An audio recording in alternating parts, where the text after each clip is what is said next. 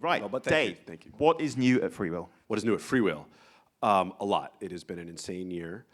FreeWheel is a pretty young company. We're only about a decade old. We've sort of grown through acquisition.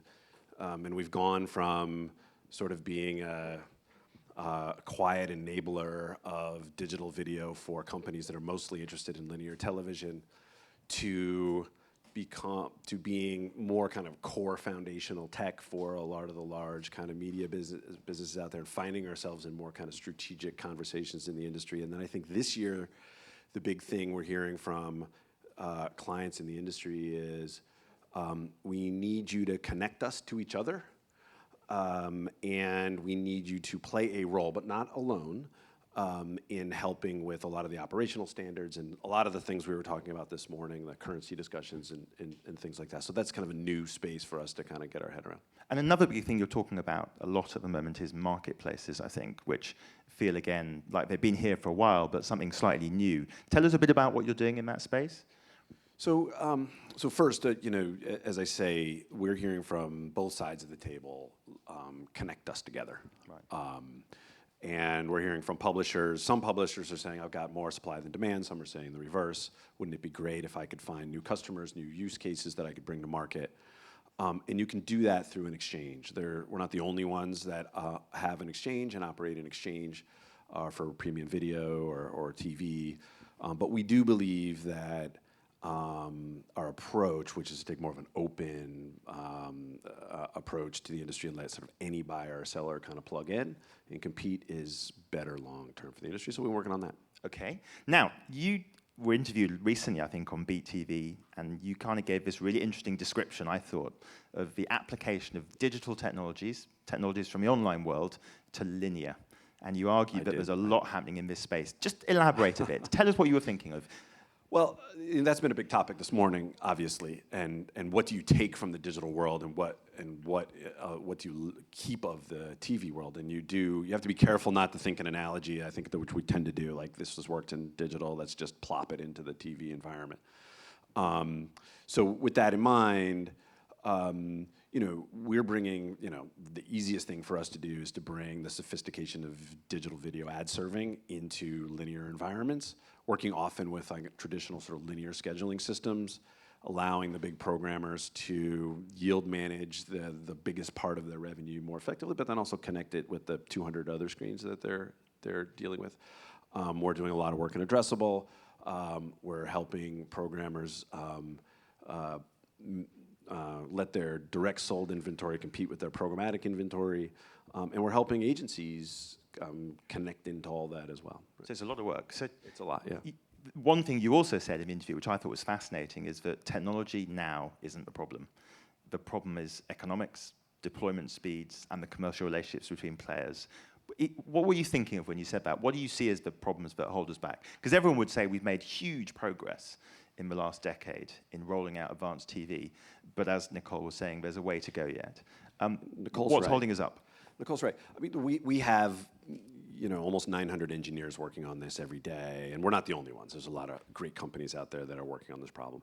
I think that if you were to list out all the technical problems, the solutions to them are all known, and I can probably point to some player in the industry that has solved it or is implemented the right technology and has got a sort of scaled solution, or at least something in pilot.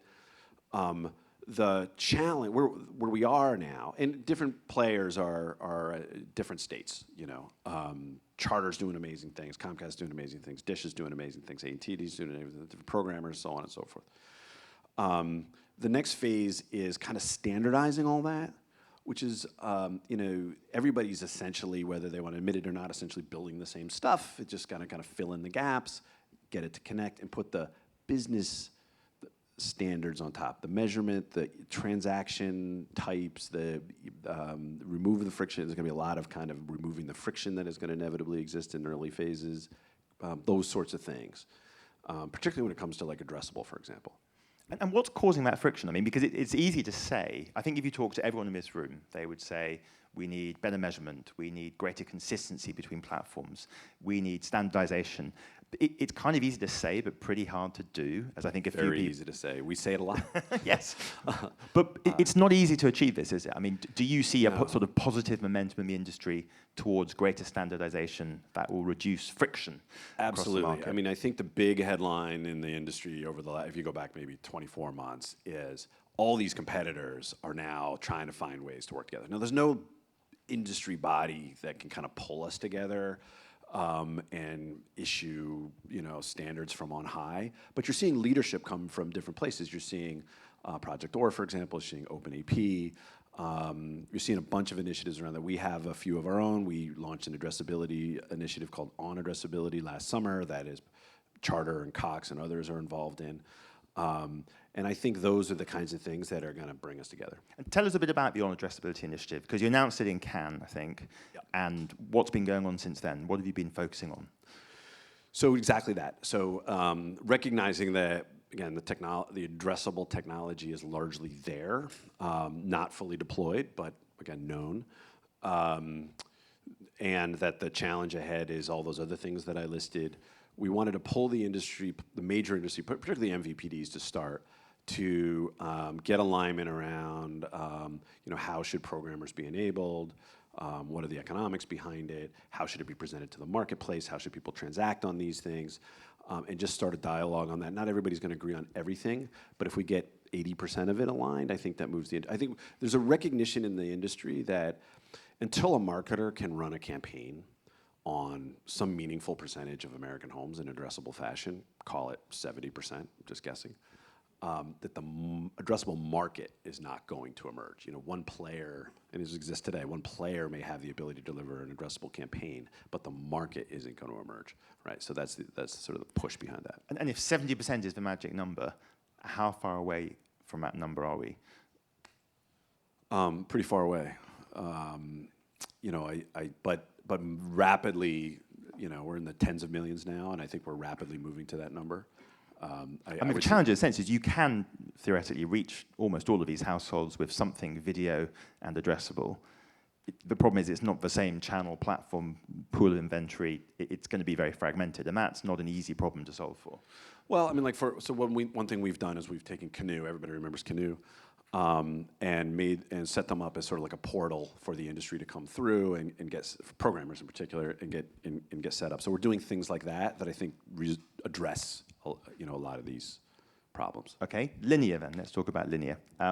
Again, in your Beet interview recently, you spoke a bit about some of the work you're doing on linear. I think my sense is from listening to you talk that there's a lot more coming in the next few years that will make linear even more exciting, data-enabled and interesting for marketers and so on. Tell us a bit about what you think linear will look like 3 years from now. Well, I think it's just inevitable. I mean, first of all, you're seeing a lot of these in linear environments just sort of gravitating toward more IP-driven environments, and then it just opens up a ton of possibility. So that's just happening organically.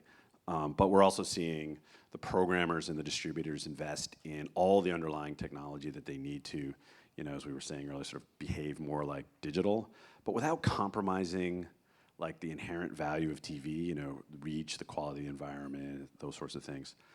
We're making a lot of those investments ourselves with a lot of the programmers. Sort of 70% of them are our clients. So I think all that is going to kind of click together over the next 12 to 18 months in a big way.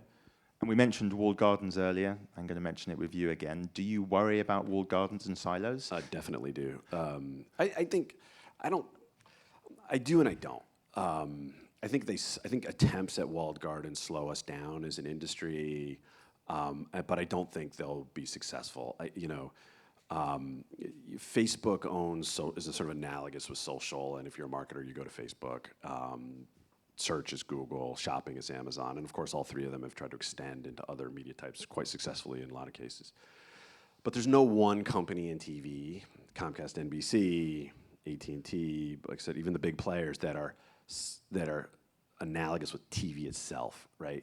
And the marketplace is demanding, I think, and I think we have a window of time to deliver it, that we bring a more cohesive proposition to the table. If we don't, I think you just draw the lines, out into the future. All that goodness will shift over to these platforms likely, but I think we have a window. I mean, the challenge in a sense is that we do have some pretty robust walled gardens in the TV market.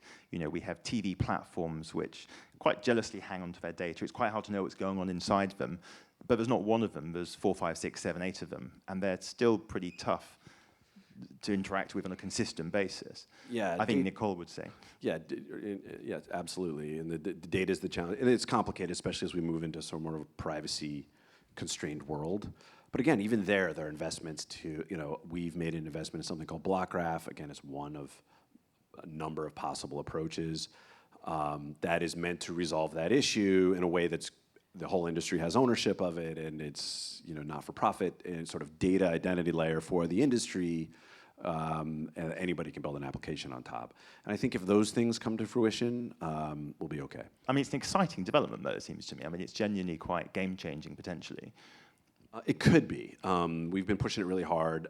It's one of those things that's tough to get the industry aligned, but we think we're there. I think we'll have some news soon, and we're excited about it. Last question, we're running short of time. Tell us about the 2020s then. So what is FreeWheel going to be prioritizing? What kinds of things are coming down the product roadmap that all these good folks out here can get excited about? I mean, I think the thing we're going to be focused on is helping programmers maximize the sort of the underlying value of their linear inventory and combine it with their digital, fundamentally. We're going to be helping agencies, and I think the headline for us has been that particularly the holding companies, how they have engaged this year on working with us and companies like us to figure out how to manage supply across all the industry better. So we're going to be leaning into that. And then as we talked about the exchange, I think those are probably the three big things. Let's end on a somber note just to set my No, panel let's up. not do that. What worries you most in the next 5 years? Where can the TV industry really get it wrong? What can we screw up? How much time do you have? I think the TV industry, I'll give you a sort of a generic answer. The story of this decade, I think, has been that the TV industry realized it really isn't as bad as it thought. That there's a lot of value. If you would go back to 2013, 14, everybody said we would be dead by now. That there is underlying value for marketers in the reach and all those other things. I worry that we will rush too quickly to compromise those things as we build, fancy new stuff. We have to kind of work together to kind of thread those two. It's the baby and bathwater point again. It is again, yes.